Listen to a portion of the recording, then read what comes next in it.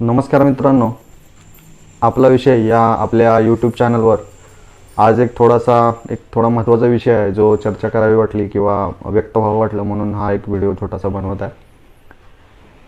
29 जून 2022 रोजी महाविकास आघाडीचं सरकार, उद्धव ठाकरे मुख्यमंत्री होते आणि त्यांचं सरकार पडलं किंवा संपुष्टात आलं. त्यांनी राजीनामा दिला आणि महाराष्ट्रामध्ये पुन्हा एकदा शिवसेना, एकनाथ शिंदे आणि भारतीय जनता पार्टी यांनी मिळून एक आपलं नवीन सरकार स्थापन केलं. आता तुम्ही म्हणाल की एवढी जुनी गोष्ट आहे ती आज अचानक ही चर्चा करण्याची असा काय प्रसंग आला किंवा आहे, तर ते मी तुम्हाला सांगतो. पण तुम्ही व्हिडिओ नक्कीच बघा, ही महत्त्वाची व्हिडिओ आहे. कारण व्हिडिओ जसे जसे पुढे जाईल तसे तुम्हाला ह्या गोष्टींमध्ये काहीतरी अर्थ असेल किंवा आहे याची जाणीव नक्कीच होईल. मगाशी सांगितल्याप्रमाणेच 29 जून 2022 रोजी उद्धव ठाकरे यांचं सरकार पडलं किंवा ते संपुष्टात आलं आणि त्याच दरम्यान या महाराष्ट्रामध्ये वेदांता फॉक्सकॉन नावाची एक कंपनी येऊ घातली होती. त्यांनी सेमीकंडक्टर मॅन्युफॅक्चरिंगचा एक मोठा प्लांट किंवा एक मोठं मॅन्युफॅक्चरिंग युनिट उभं करायचं पुण्यामध्ये त्याचं प्लॅनिंग होतं आणि तत्कालीन जे उद्धव ठाकरे सरकार होतं त्यांनी या प्रोजेक्टसाठी तळेगाव MIDCमध्ये खूप मोठा लँड पार्सल किंवा जमीन अधिकृत करण्याचं किंवा अधिग्रहित करून या वेदांता आणि फॉक्सकॉन कंपनीला देण्याचं तसं वचन किंवा तसा करारनामा हा त्या कंपनीसोबत करण्यात आला होता. आता तुम्ही बघाल तर आपले जे मोठे मोठे शहरं आहेत जिथे इंडस्ट्रियल डेव्हलपमेंट खूप मोठ्या प्रमाणात झालेली आहे किंवा होती आहे, अजूनही ही शहरं मोठ्या प्रमाणात विकसित व्हावी, तिथे अजून डेव्हलपमेंट व्हावी सगळ्यांची इच्छा आहे. आणि यामध्ये प्रामुख्याने जर पुणे आणि मुंबई या शहरांमध्ये जर आपण विचार केला तर पुण्यासारख्या शहरामध्ये शिरवळ आहे, शिक्रापूर आहे, चाकण आहे, तळेगाव आहे, या अशा मोठ्या मोठ्या MIDCs आहेत जिथे खूप मोठ्या मोठ्या कंपन्या जसं की LG असेल, गोदरेज असेल, हायर असेल, जनरल इलेक्ट्रिक असेल, मित्सुबिशी असेल, या आणि अशा खूप साऱ्या कंपन्या या पूर्ण MIDCमध्ये आहेत. त्यासोबत मुंबईमध्ये तळोजा MIDC असेल, तुर्भे MIDC असेल, बदलापूर अंबरनाथ MIDC असेल, या ठिकाणी सुद्धा खूप मोठ्या प्रमाणात इंडस्ट्रीज आहेत, कंपनीज आहेत.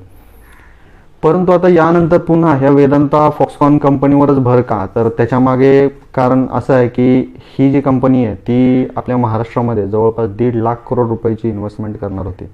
टप्प्याटप्प्यांमध्ये 5 ते 10 वर्षांमध्ये ही पूर्ण इन्व्हेस्टमेंट होणार होती आणि त्यामुळे थेट किंवा डायरेक्ट किंवा इनडायरेक्ट असे 1 ते 2 लाख रोजगार या आपल्या महाराष्ट्रामध्ये, म्हणजे समजा जर तळेगावमध्ये जर ही कंपनी उभी राहिली असती तर तळेगाव आणि आसपासच्या लोकांना जवळपास 1 ते 2 लाख लोकांना रोजगार मिळण्याची मोठी संधी होती.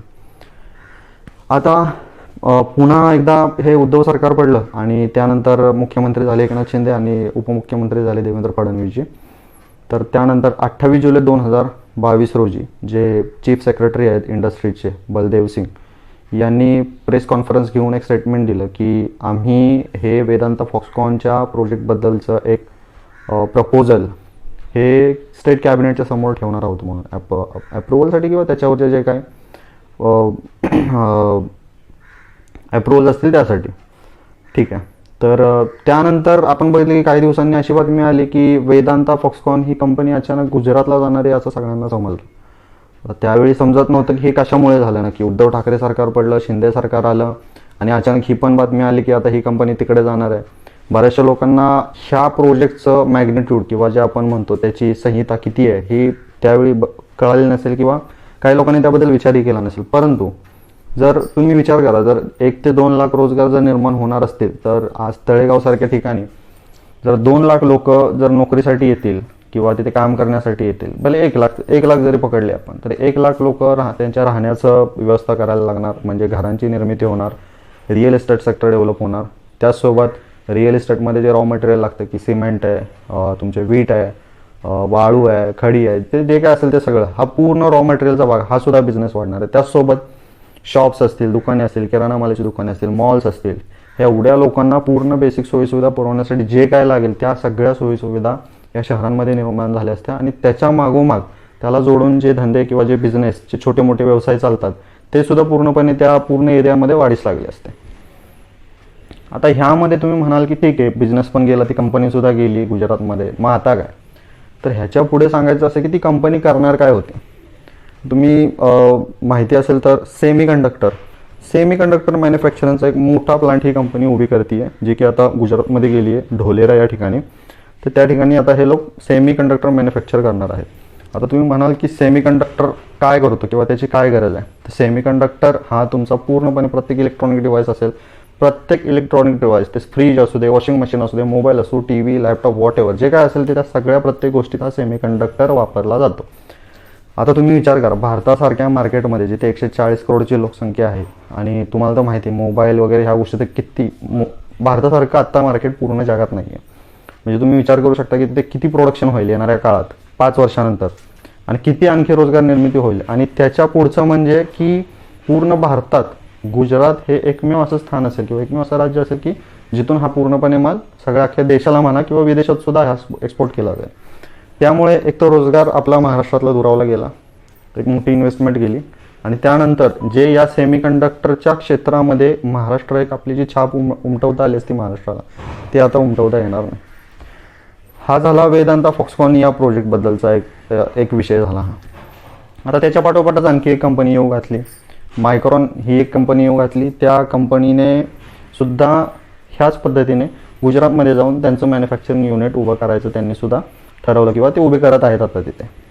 तर आता तुम्ही म्हणाल की हे मायक्रॉन काय, तुम्ही बघाल तर आपण खूप वर्षांपासून जशी मोबाईलमध्ये डेव्हलपमेंट होत आली त्यामध्ये मेमरी कार्ड येतं किंवा तुम्ही लॅपटॉप कम्प्युटर वापरत असाल तर त्यामध्ये हार्ड डिस्क नावाचा एक प्रकार असतो. तर हार्ड डिस्क आणि हे मेमरी कार्ड, तर हे जे मेमरी स्टोरेज डिव्हायसेस आहेत, पेन ड्राईव्हज असतील आणखी बरंच काय काय, तर ते मॅन्युफॅक्चरिंग करण्याचा पूर्णपणे एक प्लांट जो आहे किंवा ते मॅन्युफॅक्चरिंग युनिट जे आहे ती मायक्रॉन कंपनी ही गुजरातमध्ये सेटअप करते आहे, सानंद या ठिकाणी.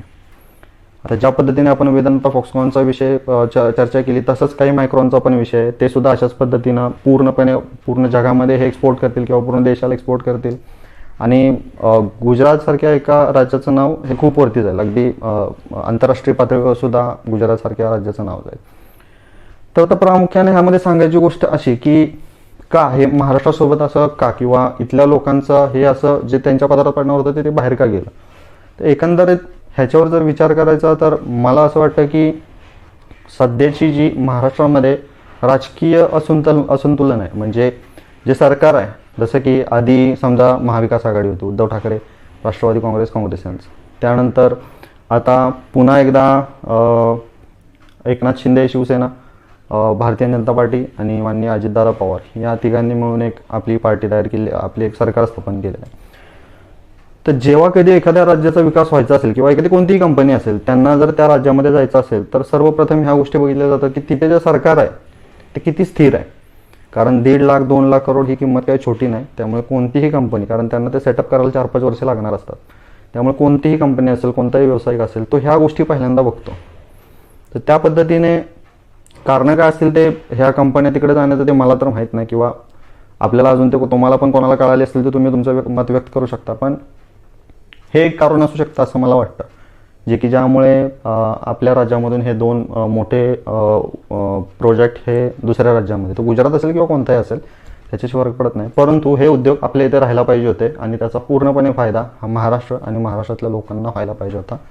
ही एक माझी इच्छा आहे आणि हा आजचा आपला विषय होता. याच पद्धतीने भविष्यामध्ये येणारे उद्योग किंवा व्यवसाय हे महाराष्ट्रामध्येच राहावे, तिथून बाहेर जाऊ नयेत आणि त्याचा पूर्ण फायदा हा महाराष्ट्रातल्या तळागाळातल्या प्रत्येक माणसाला व्हावा, हीच इच्छा आहे. आपण आपलं मत या व्हिडिओच्या कमेंटमध्ये व्यक्त करू शकता. माहिती कशी वाटली हे सुद्धा सांगू शकता आणि अशाच व्हिडिओसाठी तुम्ही आपला चॅनल सबस्क्राईब करा, या व्हिडिओला लाईक करा आणि शेअर करा. धन्यवाद.